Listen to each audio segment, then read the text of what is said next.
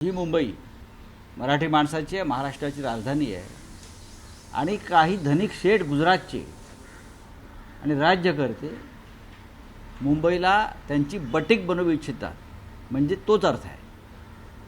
मी काय शब्द वापरला त्यावर जाऊ नका, परिस्थितीवर बोला, धारावीच्या पुनर्वसनावर बोला, धारावीच्या निमित्तानं अडाणीला जी भूखंडाने आंघोळ घातली जाते त्याच्यावर बोला, मुंबईतल्या मराठी माणसाला हद्दपार केलं जाते त्याच्यावर बोला. हे होत नाही ना, याचा अर्थ मुंबई तुमची बटीक आहे.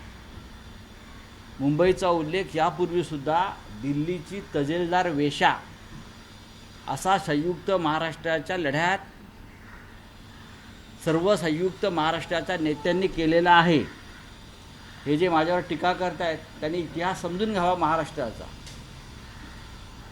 दिल्लीची तजेलदार वेश्या आणि त्यातून आंदोलन झालं, कळलं?